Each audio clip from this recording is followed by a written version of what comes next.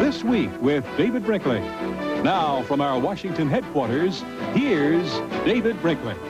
The former Soviet Union becoming a capitalist country? Stores loaded with merchandise and signs saying we will not be undersold? Private property, competition, credit cards with everybody always a little bit in debt? Are there people ready for all of that? Ready or not to have that or something like it because the present economy is close to collapse. Politics and ideology aside, what about the money? The ruble is nearly worthless. Their people have no experience with a market economy. So what will they do? What can they do? We'll ask today's guests. Vladimir Lopukhin, Deputy Economic Minister of the Russian Republic, whose job is to worry about all of this. Jacques Attali, President, European Bank for Reconstruction and Development, who may be asked for help. Paul Krug, Vice President of Continental Grain and a Director of the Chicago Board of Trade, which sells grain to Russia. And Jeffrey Sachs, economist at Harvard, co-author of an economic plan for the Soviet Union. Some background from our man Jack Smith, and our discussion here with George Will, Sam Donaldson, and Cokie Roberts, here on our Sunday program. First, the news since the Sunday morning papers. At New York's famous Staten Island ferry terminal, a fire broke out this morning, a big one, reaching at least 4 alarms and devastating the terminal building. More than 120 firefighters are on the scene. 2 people have been injured, but not seriously. All service on the ferry line has been suspended, and nearby traffic and subway service has been disrupted. The immediate concern in Russia and the republics now is how to feed all those people during the bitter winter now arriving. ABC's Jim Laurie has been in Moscow through all of this. Jim, how do they intend to feed people this winter? Well, David, the communist system may have crumbled in the last few weeks, but the economic system that was created by the communists will be around for a long time, and it is in deep trouble. A warning this weekend from the man in charge of food distribution here. He says the city of Moscow will face a catastrophe. Already reserves are low in basic commodities, including sugar and potatoes. What is happening here is what has happened so often in the past, that there simply is not the infrastructure to bring the food to market. The state structure has broken down. There is plenty of food on the free market, the farmer's market, but it's priced so high that most people cannot afford it. So we are facing a very serious situation. Jim, is it the case that there is enough food but not enough trains and trucks to get it around? It's a combination of both. The wheat crop is down 25%, but there simply is not enough transportation and infrastructure to handle what food there is. David? Jim, thank you very much. The other news. In Lithuania, now an independent country, a column of Russian trucks moved out this morning, taking out some of the more than 100,000 troops said to be stationed in the Baltic states. The hardline dictatorship in North Korea says this morning the Russians can do as they please, but North Korea will remain a classic communist country. And a man in Cyprus, Christakis Karamanos, had a telephone number about the same as a local radio station. When the station put on its popular call-in program for people to telephone and chat on the air, about 300 calls a day went by mistake to Karamanos' home phone. He asked for a new number. They wouldn't give it to him. He took it as long as he could, borrowed a bulldozer, and plowed into the station's newsroom. The police took him away. We'll be back with all the rest of today's program in a moment.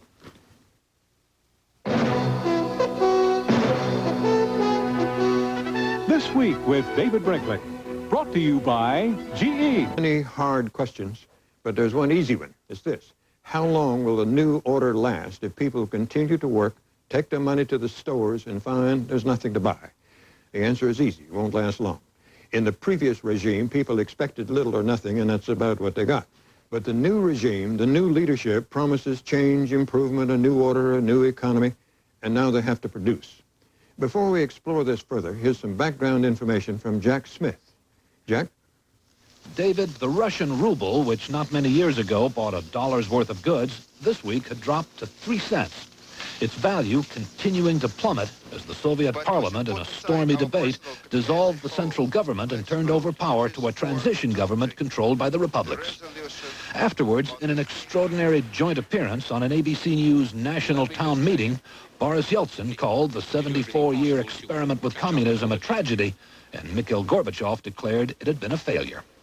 But Russians watching on TV said the two leaders were addressing the wrong topic. They're focusing too much on politics and not enough on the economy. Do those two really understand that people work 8 hours really hard and honestly, and there's no food to buy in the stores? It's like living in the last century here. It would be a mistake to conclude that the Second Russian Revolution is now over.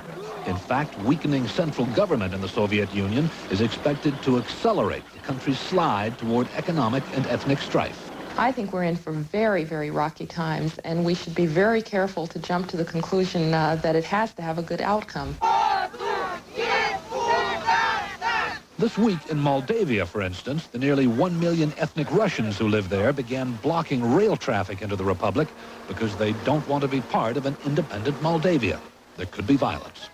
In this rapidly fragmenting country, 65 million other people, spread throughout the 15 republics, are similarly isolated inside someone else's ethnic territory, a rich source of conflict now.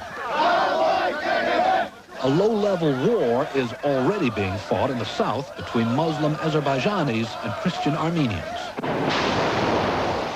And the bloody civil war in Yugoslavia is seen by many as the model of what may start happening across the Soviet Union now in the absence of central control. The disintegrative tendencies that were so strong before this week may just go on accelerating, and indeed things will get a lot worse before they get better. Especially since the country seems headed for an economic meltdown. Even before the coup, the economy was collapsing. Inflation was out of control, money was becoming worthless, and the necessities of life were increasingly unavailable.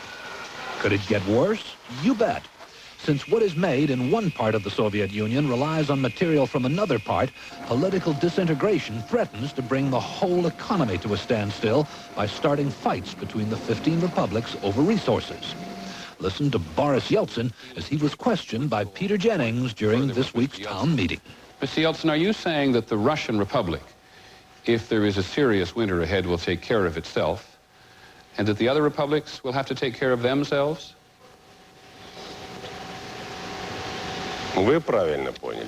You have correctly understood me. At the very time when the Soviets need a strong central hand to guide their economy away from disaster and toward reform, they have none. The prospect is for chaos, weak government, and possibly an inability to make the tough economic decisions that will be required to get through the harsh winter ahead. In fact, civil unrest is what former Foreign Minister Eduard Shevardnadze was predicting this weekend. People could take to the streets spontaneously, and no one could forecast the outcome of such developments. And Boris Yeltsin was even more explicit in an interview this weekend, raising the specter of another coup if Western economic aid is not forthcoming. We can avoid a second coup and the dissatisfaction of the population, which is something that worries us. It should worry you as well. The Soviet peoples have to know that they have just embarked on what will be a very difficult road. Secretary of State James Baker travels to Moscow on Tuesday to discuss U.S. strategic concerns in the wake of the fall of the central government, but also to explore the Soviets' need for Western aid. It was perhaps no surprise that amidst the week's news, the Baltics getting their independence and Leningrad becoming St. Petersburg again, that the Pentagon disclosed the U.S. military, fresh from its massive relief effort for the Kurds, has begun researching a similar operation for the Soviet peoples this winter. In the long run, the political changes in Moscow will lift the dead hand of central control from Soviet life. But in the short run, weakening central government increases the chances of economic collapse and civil war. Two outcomes the Bush administration does not want and will do its best to avoid. David? Jack, thank you. Coming next, Paul Krug, Vice President of Continental Grain and a Director of the Chicago Board of Trade. He is on the floor of the Board of Trade there now, as you see. It's a place where grain is sold by the millions of bushels.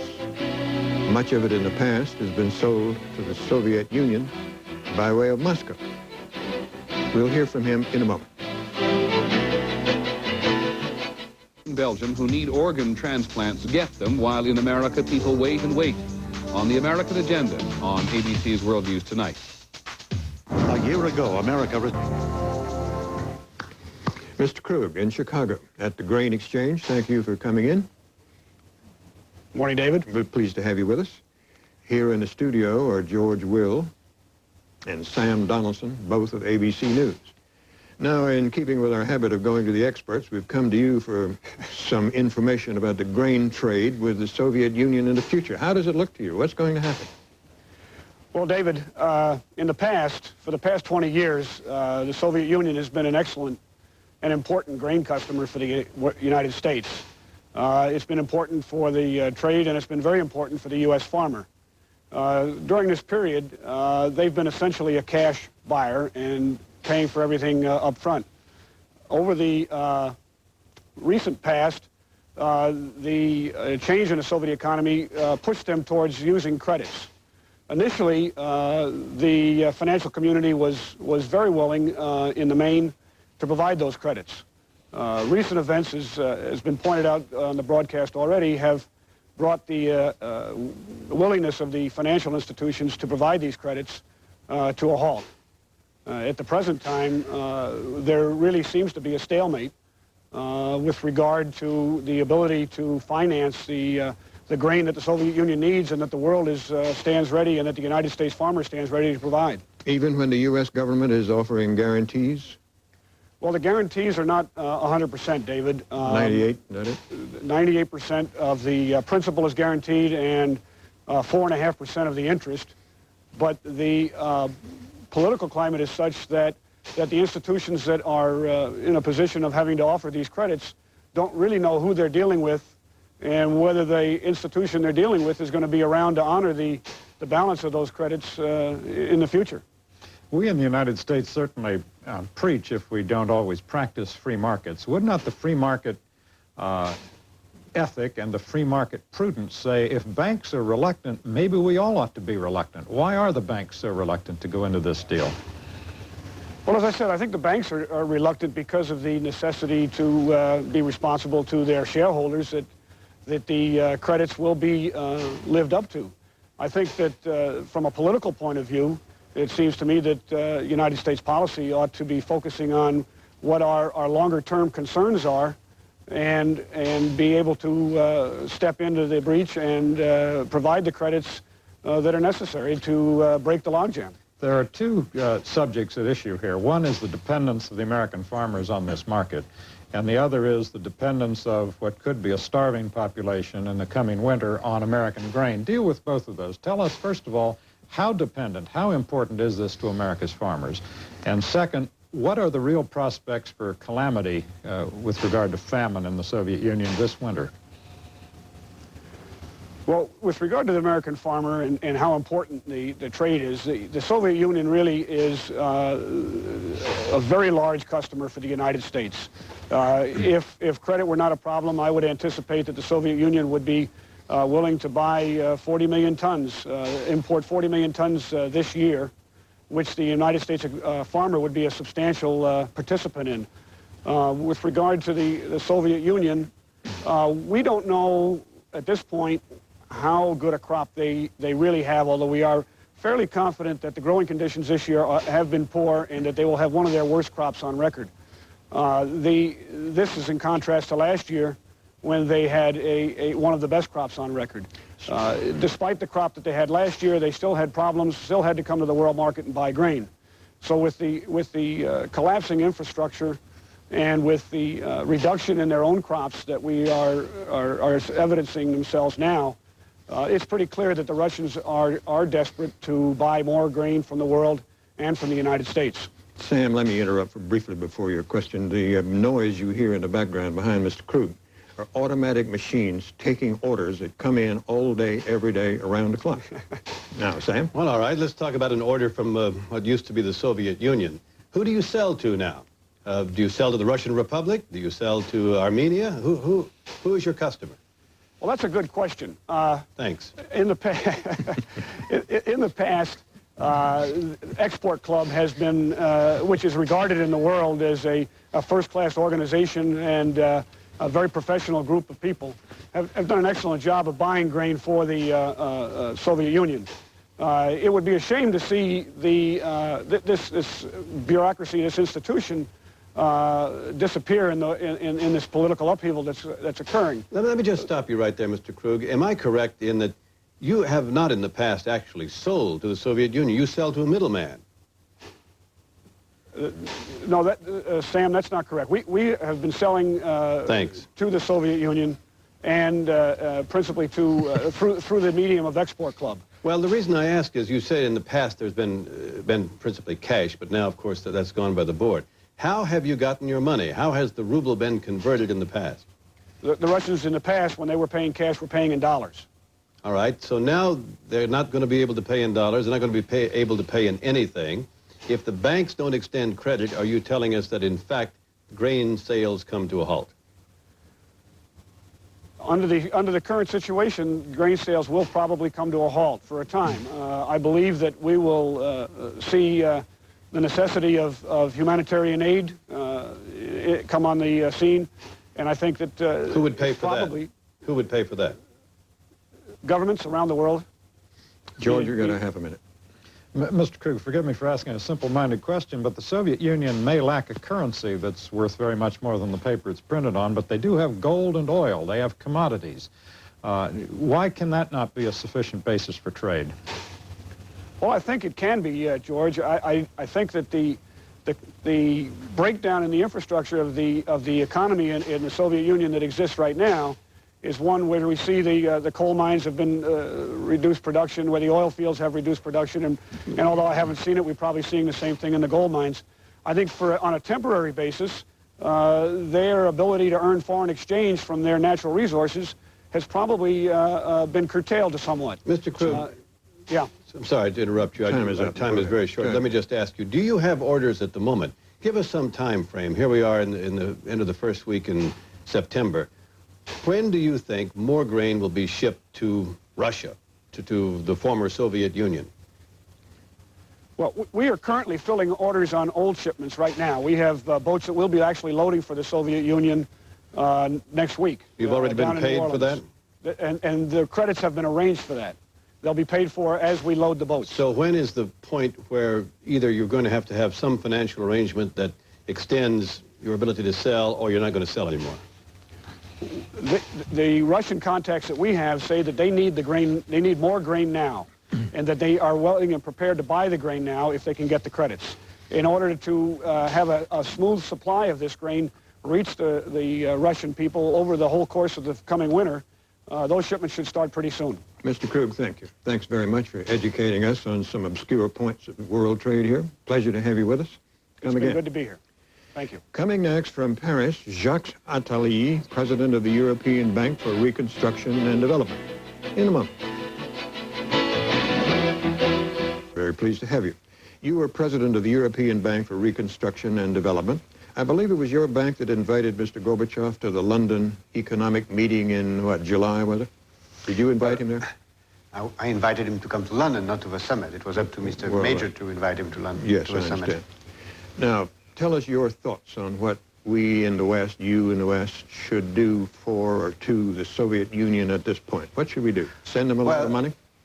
Two or three things. One, to help them create their institutions. There is no free market without institutions. If not, it's black market, as we see already. And we have to help them build their institutions. Second, we have to help them privatize their economy, and we are in the process of doing it. Third, we have to help them to organize joint venture in order that they can make money and currency through developing their oil, their energy, their exportable goods and industry. And fourth, we have to certainly do some kind of rescue for next winter. Now, that's an enormous, formidable menu you have laid out there for the Soviet Union. Yeah. They can't do that alone. What kind of help do they need from us, and what are they likely to get? Us meaning the Western countries. The international institutions have been organized for that. IMF and World Bank and the European Bank, in which Soviet Union is a member, are already beginning. I will be in Washington in 2 days to coordinate with IMF and World Bank what we are going to do. Technical assistance for privatization, for distribution of agriculture food, for privatization and for the building of banks. And also the beginning of new joint ventures with oil company, American and other European companies in the private sector in order to help renewal of their capacity of making currency revenues. So this will mean mainly coordination of international institutions in charge, plus the assistance of bilateral donors of different governments. Sir David Brinkley says rightly that your menu is a long one, but it's also incomplete. You're talking about building institutions. What about the entrepreneurial spirit, the moral infrastructure, if you will, of a free market economy? Does that exist in the Soviet Union or in what used to be the Soviet Union? Of course not, it doesn't exist. Since 5th or 6th century, Russia or USSR was linked to a dictatorship regime, and the culture is not there. It's why we have to bring the beginning of banks in order to make a clear link between entrepreneurship and profit. And what we see, for instance, in Poland or Czechoslovakia, demonstrates that that can happen quite soon. It's a matter of years, but it will come. We need institutions to help the creation of entrepreneurship. Is there not a danger that in an attempt to build from above, by almost command, if you will, the institutions of free choice and dispersed decision-making, that you'll wind up by the very instrument of aid reinforcing central commands of the society? You're right. It's why we try to do that not from the center, but also from the lower level. For instance, the European Bank is trying to privatize Moscow in coordination with the Moscow City Council. We do the same with St. Petersburg, where we agree with mayor to organize the privatization of the city as a whole. And we'll do that at the local levels as quickly as possible everywhere when the money will be available to do it. Talk about some of the difficulties in doing what you've just outlined within the former Soviet Union. Let's first talk about the infrastructure there. They don't have the kind of infrastructure that would allow you to go in and say, now we're going to put in place another system, a market system economy, and have them develop it and have the transportation there to actually use it throughout the country, do they? They don't. Definitely they don't. It will take years, a decade. And money. And money. How much money? I don't know. I wouldn't say so. I mean, you in America can understand an example, which is not exactly the same, but very interesting, is the example of Mexico. Mexico was also far from being what USSR is, but with a large debt, with a bureaucracy, with almost one party, and they decided to move toward democracy, towards privatization, and the money came back after. I mean, the money was attracted by the existence of a new system, and even more, your president was bold enough to organize a free trade zone, which was excellent both for Mexico and for United States. And I think it's exactly the same future with a lot of differences, with a lot of cultural different problems, which is ahead as a long-term vision for Europe with USSR. Well, there might be a difference here, and let me talk about the people now. In Mexico, they did have a market economy. It didn't work very well, and there were a lot of people who were uneducated and didn't know much about it. But in the Soviet Union, the former Soviet Union, how do you take people who've known nothing but a state-controlled economy and somehow instill in them the ability, let's say they're the railroad switchmen, to actually work the switches now on some other basis? That's true. What you say is exactly true, but the experiment that we have in GDR, former GDR, Poland or Czechoslovakia, or even Spain in the past 20 years, demonstrates that the initiative, the entrepreneurship, come sooner than a lot of people believe. It's not a matter of months, it's a matter of years. But we need to create good institutions because the most threatening danger is black market, not the lack of market. How much of the black market is now, you mentioned it earlier, in play in the Soviet Union? No figures is available, but I'm afraid more than a third of the economy is under that control because the single market which exists even for food is that. Mr. Attali, isn't it clear that the Soviet Union, or whatever it is now, I don't know quite what to call it, must have a convertible currency before it can take part in the world's trade? It's a hen or chicken and egg problem. We have to create the institutions and the banking system before the word convertibility means anything. You cannot have convertibility if you have not exchange rate and if you have not real reserves. and nobody knows exactly what it means. And I think we have to go towards that, but we don't know exactly what it means on the short term. Suppose they supported the ruble with some of the gold. They have enormous amounts of gold. Suppose they use that to support the ruble. It would then, people then would be willing to take it, wouldn't they? Definitely, yes. But we have to put that into the framework also of the existing debt and the need for paying the debt, which means that we have to be very cautious in terms of what means really convertibility. We have to create a European space for convertibility as a whole on the long term, and it clearly will link to convertibility of the ruble, but will it be ruble or will it be 15 other currencies? Nobody knows exactly. But this is certainly the vision. Thank you very much, Mr. Attali, for being with us today. We hope you enjoy your trip to Washington. When are you coming? Tomorrow? Thank you. Coming next, Jeffrey Sachs, Harvard economist and co-author of an economic plan for the Soviet Union called informally the Grand Bargain, and Vladimir Lopukin, Deputy Economics Minister of the Russian Republic. In a moment. Advertising experts tell us that only one single point can be driven home in an ad. And the one point that the people at the Archer Daniels Midland Company want to make is that by putting gasoline containing 10% ethanol in your tank, you'll reduce carbon monoxide emissions by up to 25%. So remember, 10%. Glad to have you with us. Thank you.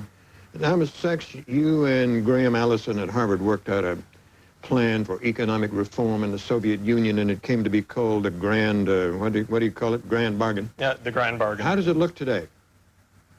Well, the basic idea of the economic program is the same as the economic reforms that are underway in Eastern Europe, that you need a total and radical change of the economic system, and that's based on free markets and rapid privatization of the economy.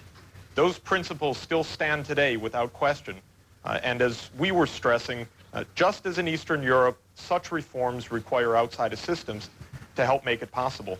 Outside assistance in the form of?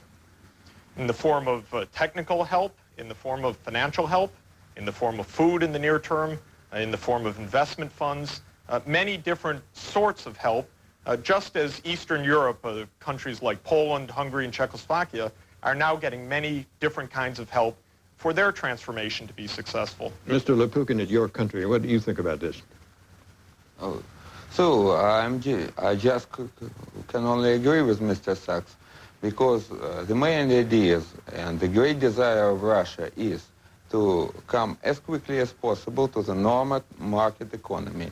And there are no other directions.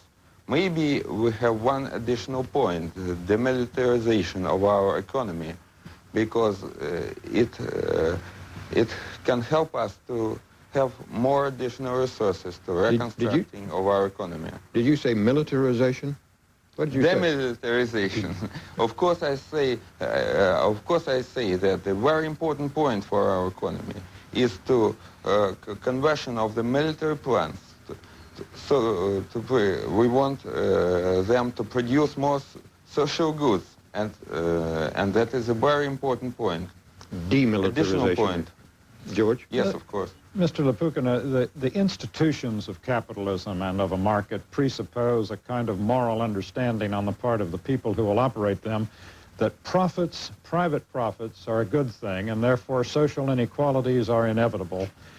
There have been 70 years of teaching against profits and unequal outcomes in society in the Soviet Union. Are the people of Russia ready today for the social consequences of capitalism? Some people are going to get rich. So it seems to me that the majority of people is agree with this system, but you must understand that there is a great amount of people with, it seems to me, some kind of infantile mentality. But the majority is now quite agree with this.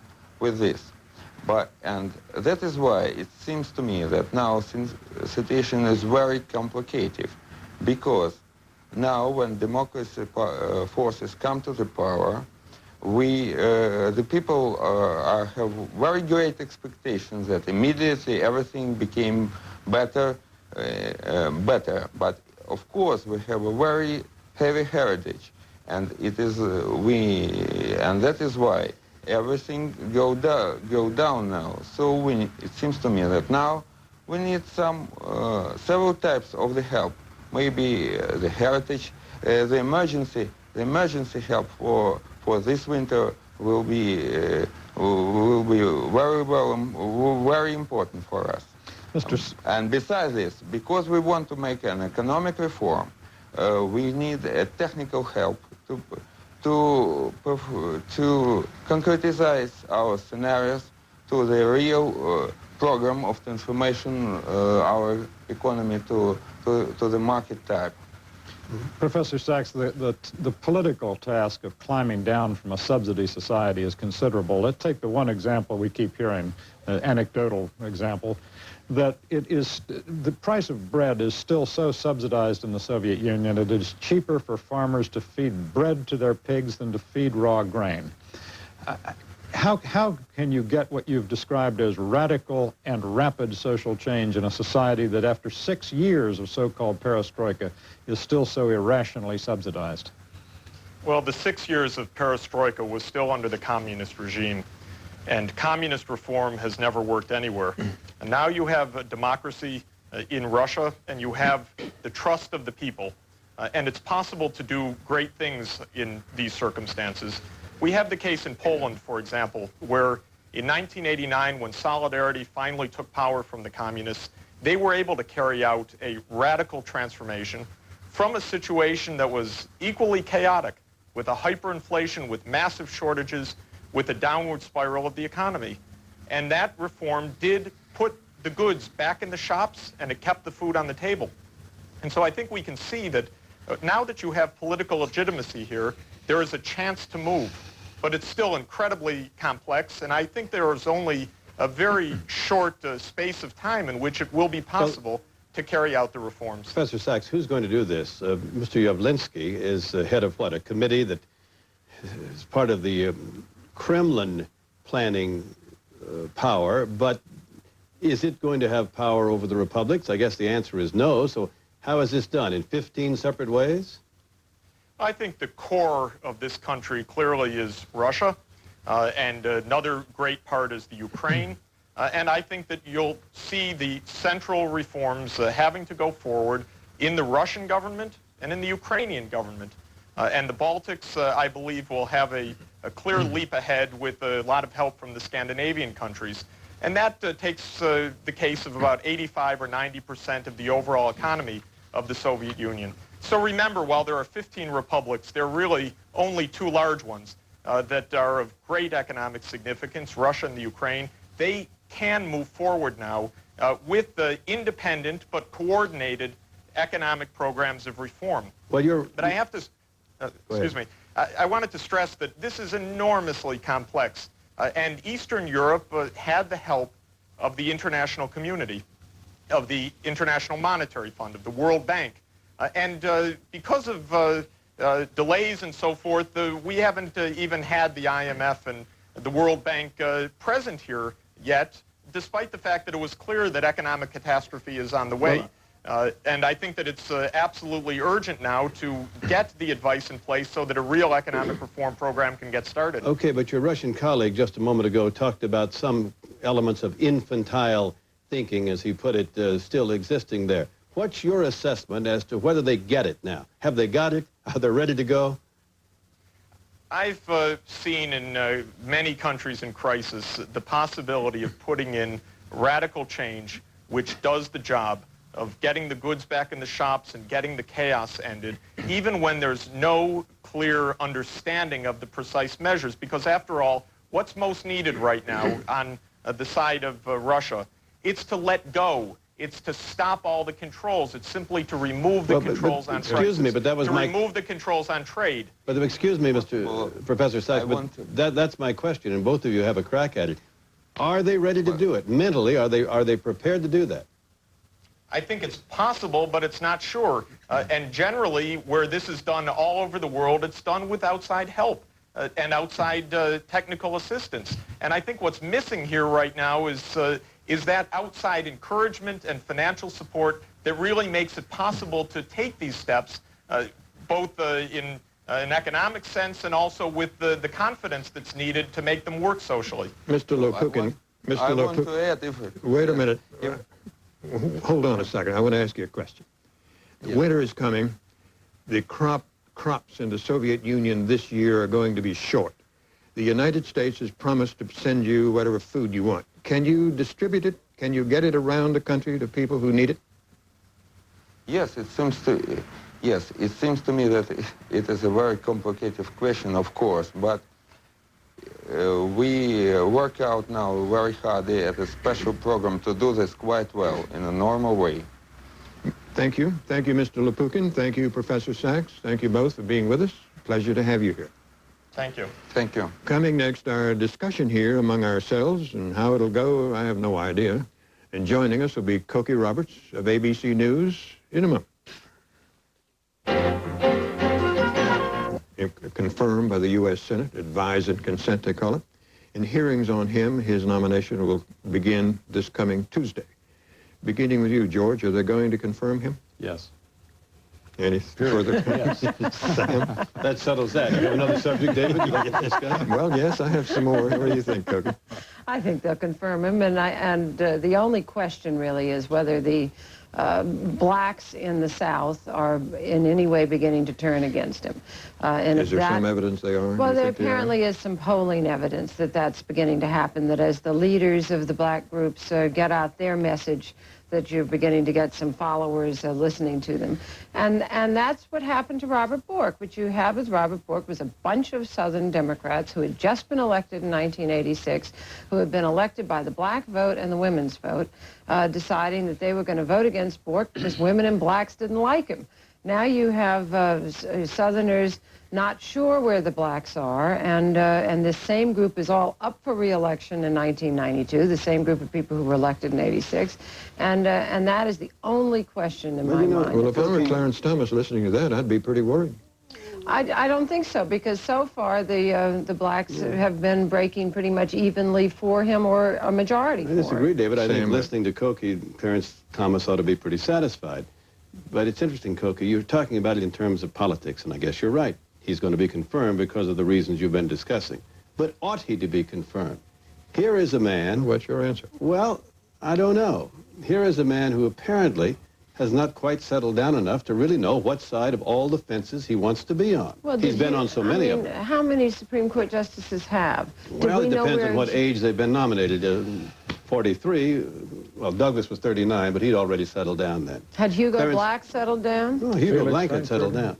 Hugo Black, the rap on him was he was a member of the Ku Klux Klan. Thank you very much. That's a pretty bad rap. 30 years earlier. Once freed from having to get reelected in Alabama, though, Hugo Black apparently, and I wasn't around covering him in those days, neither were you, may I say, apparently was his own man. He was what he was. But Clarence Thomas has not demonstrated anything over the years except that he's been all over the lot. And now as they begin to examine his view of what natural law is, that he says guides him, it'll be interesting to see where he comes down. Well, that will be interesting. And the chairman of the committee, the Judiciary Committee, Joe Biden, has an article in today's Washington Post talking about the various views of natural law, and says that that will make his decision when he sees how Thomas comes down. George, what's your reading of the natural law here? That it's a tempest without much substance. That is, the basic conservative view is that the document, the Constitution, should be construed in light of the text. Illuminated. Well, wait a moment. Clarence Thomas does not agree with that. No, of course he doesn't. In light of the text. Why does he oppose the Bork view? If you'll let me finish one sentence. Let him finish. Two semicolons, I'll clarify this for you. In light of the text, as illuminated by the intentions of the founders, as we can discern them, and we must discern them in light of the fact that obviously the authors of the Declaration of Independence believed in natural law, that governments are instituted to protect rights that are inalienable. These are self-evident truths given to us, etc. The framework given to us by the Enlightenment. That's right. The natural law philosophy is woven into the vocabulary and texture of the thought from which the Constitution Yet at emerged. some point the founders did decide to write it down. At least they wrote something down. That's right.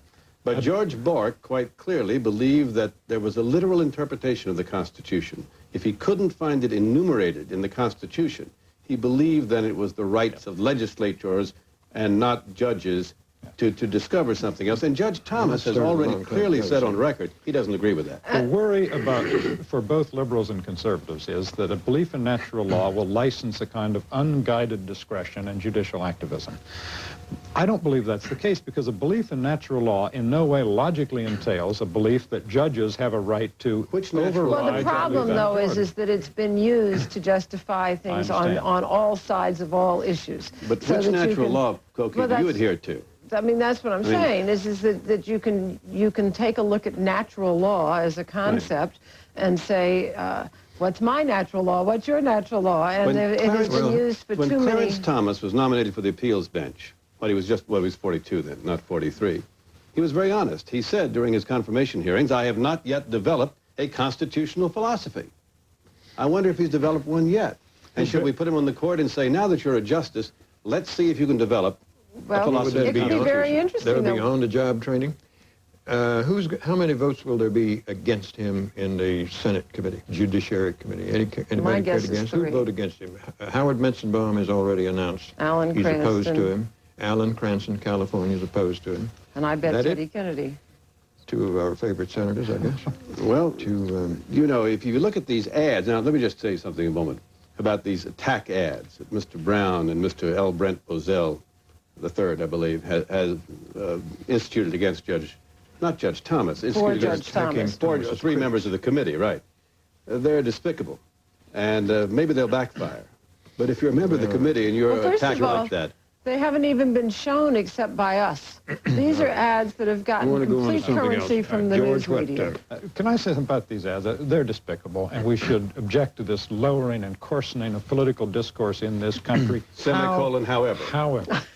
No period, George, only semicolons. It was perfected in the assault on Judge Bork when the argument was not just that there were political and intellectual differences, but that became moral assault waged by liberal groups who said, Robert Bork is not just mistaken or confused about the Ninth Amendment or the Due Process Clause. He's insensitive, intolerant, indecent. But, George... And when it becomes an assault on moral character, it is worthwhile examining the moral character of those such as Alan Cranston, captain of the Keating Five, or Metzenbaum and the rest who are making these moral judgments about the worth. But first of all, that hasn't happened here. And secondly, in the case of Judge Bork, these were attacks on his decisions.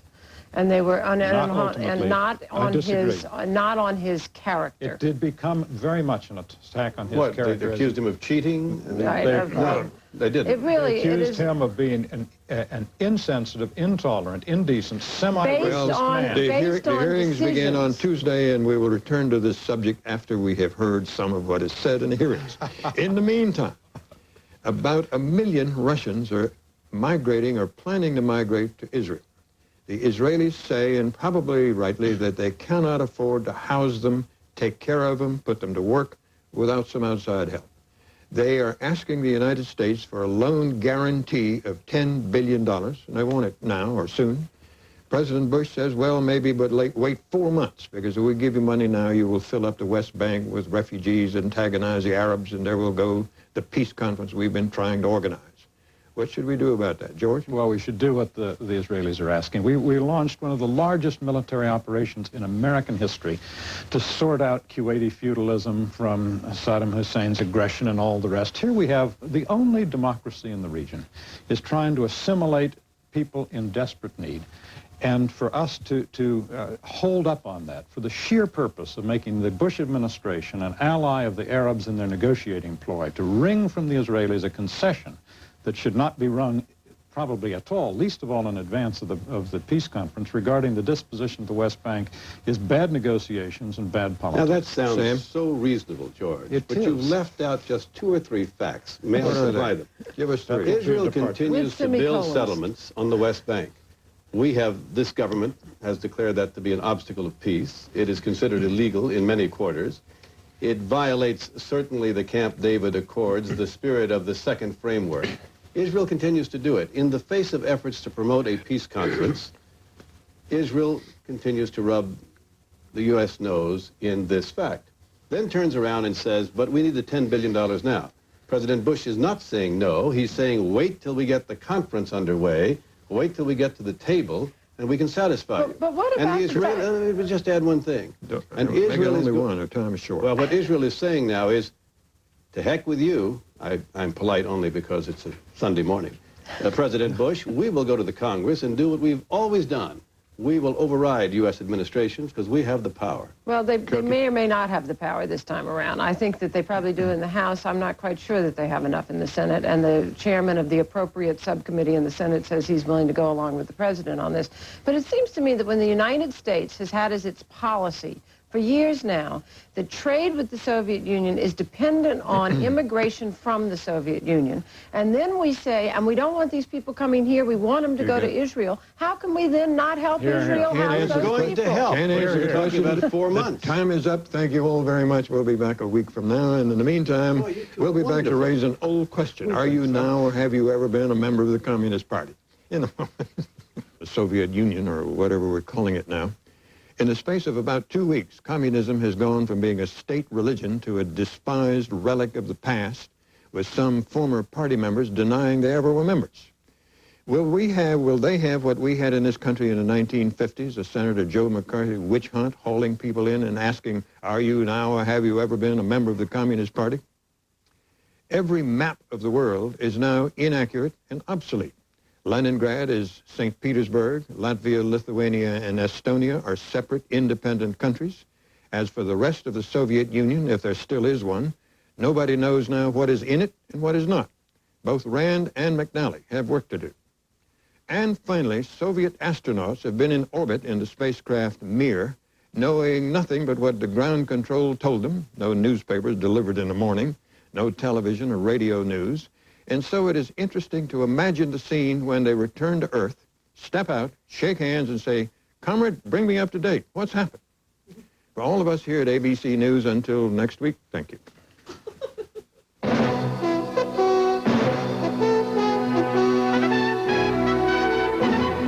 This Week with David Brinkley, brought to you by GE.